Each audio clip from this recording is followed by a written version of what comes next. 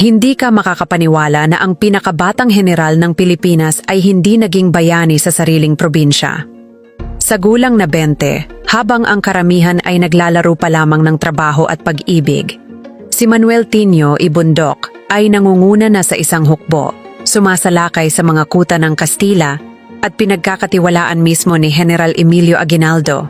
Ngunit ang kwentong ito ay hindi nagsimula sa karangalan, nagsimula ito sa takot, pagtatago at desperasyon ng isang binatilyong may taas na 5 piye at 7 pulgada na mas mataas sa karamihan ng mga Pilipino noon.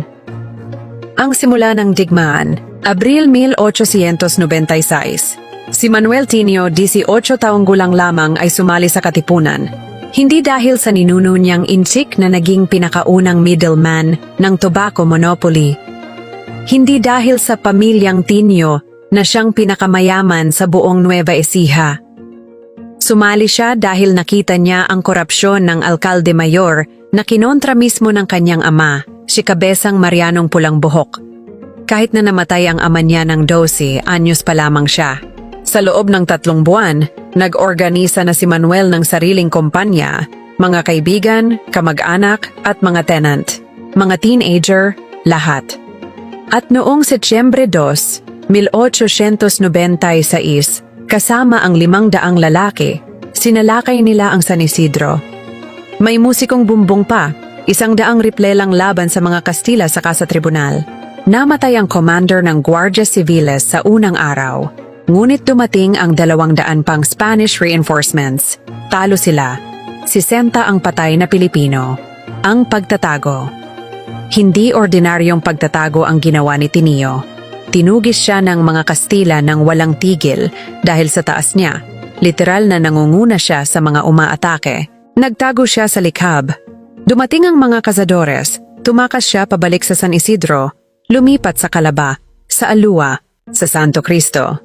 Hindi siya natutulog sa iisang lugar. Araw-araw takot, gutom, pagod. Taong 1897, sakit ang kapalit ng mga buwan na yon ng pagtatago. Ngunit hindi tumigil ang batang si Tinio. Ang pag-angat. Narinig ni Aguinaldo ang mga kwento tungkol sa agresibong binatilyo mula Nueva Ecija. Hunyo 1897, tinawag niya si Tinio. Hindi lang basta sundalo, ginawa siyang koronel, 20 anyos pa lamang, at dumating ang Setyembre 4, 1897, ang labanan ng Aliaga. Si General Mamerto Natividad at Coronel Manuel Tinio, kasama sina Coronel Casimiro Tinio, kalahating kapatid ni Manuel, General Pio del Pilar, at iba pa, sinalakay nila ang Aliaga ng madaling araw. Sinunog ang simbahan, umalis ang mga tao, at dumating si Governor General Primo de Rivera na may 8,000 tropang Kastila. Naghintay ang mga Pilipino. Kinabukasan, umatake ang mga Kastila. Ngunit nang dumating sila, wala ng tao. Bumalik na sa biyak na bato ang mga rebelde. Sa hanay ng mga Pilipino, 8 patay, 10 sugatan. Tinalo nila ang 8,000 sundalo ng Espanya. Ang pagkamatay at pagangat. Nobyembre 9, 1897, namatay si General Natividad sa labanan sa Entablado, Cabiao. Si Coronel Manuel Tinio ang nagdala ng bangkay pabalik sa asawa nitong umiiyak. At noong Nobyembre 20, 1897, ginawa siyang Brigadier General at Commanding General ng Operations. Si Manuel Tinio, sa edad na 20 ay naging pinakabatang general ng Philippine Revolutionary Army. Si Gregorio del Pilar, 22 anyos noon, at Lieutenant Colonel pa lamang. Ang pagsakop ng Hilagang Luzon, 1898, bumalik ang digmaan. Sumuko ang mga Kastila sa Manila Bay kay Admiral Dewey. Ibinalik si Aguinaldo mula Hong Kong at binigyan si General Tinio ng misyon, kunin ang Ilocos, 300 riple, 324 na lalaki, 3 companies. Naglakad sila palamig mula Pangasinan hanggang La Union. Hulyo 22, 1898, sumuko na ang Dagupan. Ngunit sa San Fernando, La Union, ayaw sumuko ng mga Kastila kahit sinabi pa ni Coronel Ceballos na tapos na ang digmaan. Hulyo 31, inatake ni General Tinio ang kumbento. 5 patay, 3 sugatan. Alas 4 ng hapon, pinaputok ang kanyon mula sa Gunboat Callao. Umiyak ang Spanish commander sa galit at kahihiyan dahil mga bata lang pala ang mga opisyal at sundalo na kumubkob sa kanila. Si General Tino, 21 anyos pa lang noong nakaraang buwan. 400 lalaki, 8 opisyal, 377 na riple, 3 kanyon, 12,000 pilak, lahat na suko. Ang pagkubkob sa Ilocos, Balaoan, 5 araw, 70 Pilipino ang namatay. Bangar, 4 na araw, 2 namatay. 87 na Espanyol ang sumuko. Tagudin, 1,500 Kastila ang naghintay. Ngunit tumakas ang native volunteers at lumaban kasama ng mga rebelde. Agosto 13, 1898, ang araw na sumuko ang Intramuros sa mga Amerikano. Pumasok si General Tino sa Vigan, kapital ng Ilocos Sur, sitadel ng kapangyarihan ng Espanyol sa norte. Tumakas na ang gobernador.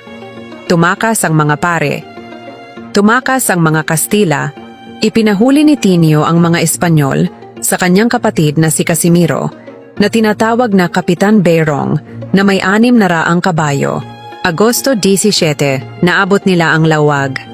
Agosto 22, sa Patapat Pass, sumuko na si Coronel Arquez at 200 Spanish regulars, halos kusang loob. Nakuha ni General Tino ang pinakamarami sa buong revolusyon. At ang pinaka-nakakagulat, ang mga praile na bihag ay nagsulat sa journal. General Tino wanted to improve the living conditions of the friar prisoners, sent us food, clothing, books, paper, and writing implements. Ang pag-ibig sa gitna ng digmaan. Sa Vigan, nakilala niya si Laureana Quijano, 15 anyos, na nakiusap para sa kalayaan ng kanyang ina. Nahulog ang loob ni Tino. Nakilala rin niya si Amelia Imperial Dancel. Nahulog din ang loob niya. Nag-organisa siya ng eleksyon, nag-set up ng civil government. Ang Brigada Tino, umabot na sa 3,400 lalaki. Novo Ecijanos, Ilocanos, Abreños, Igorots, Itnegs, Bulaqueños, Bicolanos, Visayans at mga Kastila. Oktubre 1898, naging military governor ng Ilocos Provinces at commanding general ng lahat ng tropang Pilipino sa Northern Luzon si General Tinio. Isa lang siya sa 4 na regional commanders ng Republican Army. Nobyembre 11, 1898, Brigadier General of Infantry na si Manuel Tinio, 21 anyos, ang digmaang Amerikano. Pebrero 4, 1899, nagsimula ang Philippine-American War. Hindi sa tulay ng San Juan, sa Sosiego Street, Santa Mesa.